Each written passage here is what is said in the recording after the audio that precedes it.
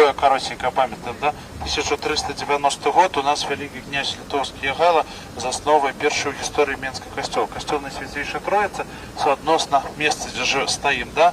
Гара Траецкая і Траецкая за гэтага прадмесця.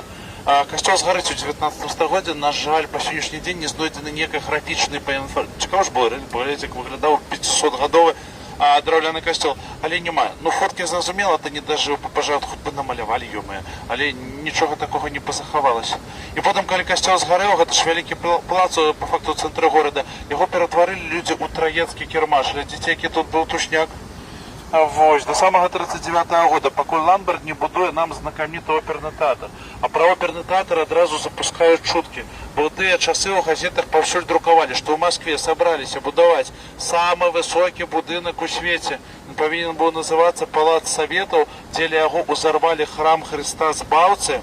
І вот такую штуку збіраліся пабудаваць. А потым парастралялі ўсіх архітэктараў, так у выніку нічога не пабудавалі. Дык вот казалі, што менчукі гады, яны скарысталіся гэтым геніяльным праектам і сказалі, так а чо нет? Во, глядзіце, вот это іх оперны. Правда? На ніжнюю частку сказалі, глядзіце, это Палац Рэспублікі. Правда, як прэса тады жартавала. А зверху яшчэ Леніна воткнуць з плошчы Незалежнасці нормально атрымаецца. Правда, просто у нас сціплыя, яны ў 3 розных месцах адзін праект паставілі, а не ў адным. А пра сам оперны казалі, што гэта павінна было быць яшчэ некалькі ярусаў, зверху 100-метровы шпіц з чырвонай зоркай на канцы перамога камунізму. Камунізму зноў не далі перамагчы, ваякі бускалі будзе арыентыр для варожай артылерыі, бо з палякамі тады мяжа была ў нас бліженька.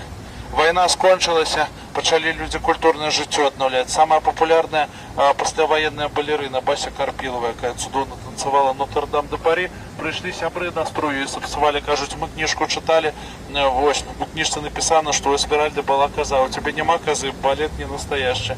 Дасталі дзяўчыну, на наступную раніцу пайшла на Камароўку, купіла казу. Вось, і ніхто не ведае, што нарабіла з гэтай казой, але ў выніку у нас паўстаў першы ў свеце балет з казой, вы разумееце, это ўжо ўзровень. 2 гады квіткоў нельга было дакупіцца, нехто напісаў кляўзу ў Маскву. З Масквы прыехала камісія, афігела ў прамым эфіры. Бо, прабачце, за 2 гады продажу указы быў статус і свая грымёрка.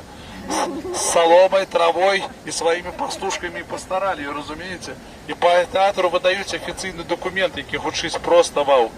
Казу, исполняющую роль козы, как внештатную единицу приказываем выселить из комнаты в театре. И коротенько, что оборвали козой, но карьеру на самом взлете. Вот разумеете, якая у Минску движуха-то была у послевоенной-то годы, правильно, коли у вас коза у оперном, голодный хедлайнер, ну вот, нашего цудовной театральной